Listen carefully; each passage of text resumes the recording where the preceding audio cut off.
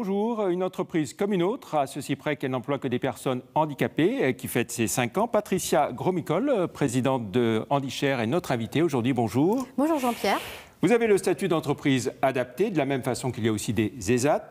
Quel bilan dressez-vous de ces 5 premières années ? Un bilan très positif, puisque HandiShare, à la fois, a eu un impact social, mais aussi un impact économique. Alors, social, à quel niveau ? Nos salariés, qui sont aujourd'hui 22 et très bientôt 24-25, sont souvent des personnes en reconversion professionnelle suite à un accident de la vie.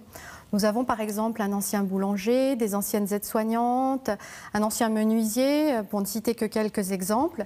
Et ces personnes étaient très loin de nos métiers sur l'assistance aux fonctions support des entreprises, en RH, en achat. Et donc, ils ont entamé chez nous un gros parcours de formation. Ils sont tous en CDI. Donc, un impact humain énorme puisque ces personnes sont maintenant des vrais pros. Oui. Et vous êtes vraiment sur de la prestation intellectuelle, pas du tout sur de la mise sous pli.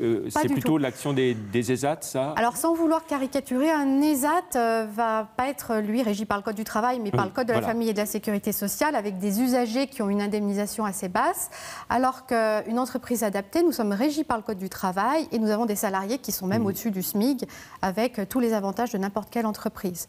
Donc, je disais aussi, il y a un impact économique, puisque je dirais que nous avons de nombreux clients, essentiellement des grands groupes, et que nous avons aujourd'hui une 60aine de clients avec un chiffre d'affaires qui s'approche du million d'euros.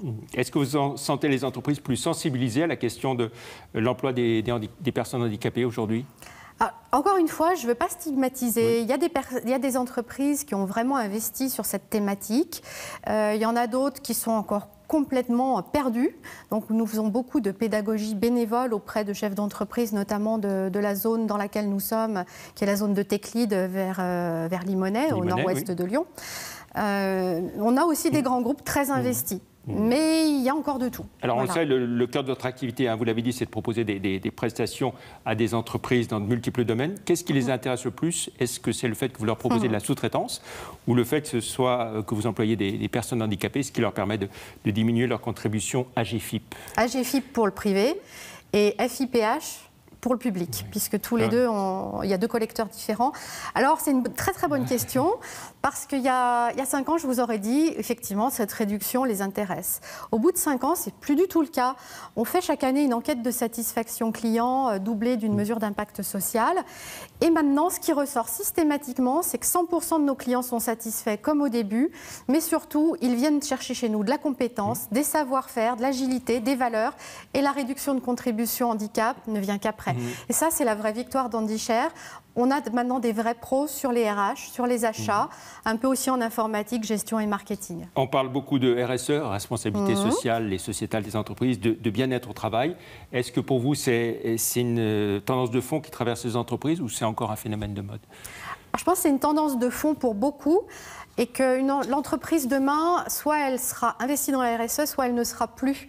Parce que les jeunes générations, je crois, ils sont beaucoup plus sensibles que nous, les plus âgés.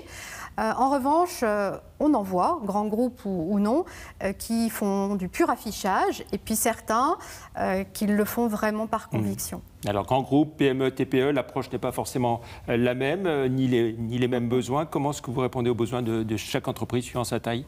Alors, nous avons, nous, essentiellement des besoins de grands groupes. Nos clients sont essentiellement des très grands groupes. Mais aussi nous avons aussi des PME. Alors là, il y a de la proximité parce que ce sont des personnes qu'on voit régulièrement et on est sur eux, sur des missions qui les impactent au quotidien. Donc je dirais qu'il y a encore plus de professionnalisme à avoir avec eux sur des choses encore plus pointues peut-être qu'avec des grands groupes. Patricia Gromyko, quels sont vos projets pour les 5 prochaines années maintenant ? Il y en a plein. Il y en a évidemment sur le plan professionnel, mais il y en a aussi sur des plans humains, humanitaires, puisqu'avec notre équipe, nous essayons aussi de nous investir bénévolement sur des projets humanitaires. Alors justement, un projet humanitaire qui vous tient particulièrement à cœur, c'est Madagascar, que vous aviez commencé d'ailleurs avant de créer HandiShare. Dites-nous en un mot. Oui, alors en fait, en 2007, avec mon époux et nos 4 enfants, nous avions fait passer 15 jours en vacances à Madagascar. Et ça a été un voyage électrochoc. Suite à ça, on s'est dit que nous devions nous engager auprès de cette population.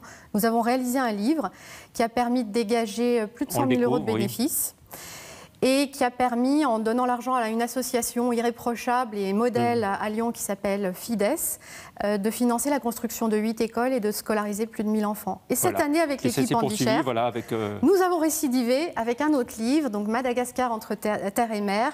Et je remercie notamment tous les clients qui se sont joints à nous pour participer à la distribution de ce livre, à l'achat de ce livre, dont j'ai réalisé les photos et les textes. La création d'entreprise, Patricia Gromyko, c'est avant tout une aventure. Qu'est-ce que vous en retenez ? C'est une aventure formidable. Si c'était à refaire, je le referais tout de suite. On se sent seul, mais heureusement, il y a tous les réseaux d'accompagnement d'entrepreneurs, Réseau Entreprendre, les Premières Rhône-Alpes, qui font que on se sent quand même un peu moins seul. Et puis, quand on a une équipe aussi fabuleuse que la mienne, avec les salariés, c'est génial au quotidien. Et puis, bravo aussi pour ce prix Google que vous avez reçu. Très bon anniversaire encore, Patricia Gromyko. Merci Jean-Pierre. On se retrouve demain pour un autre invité de la rédaction. Merci, au revoir.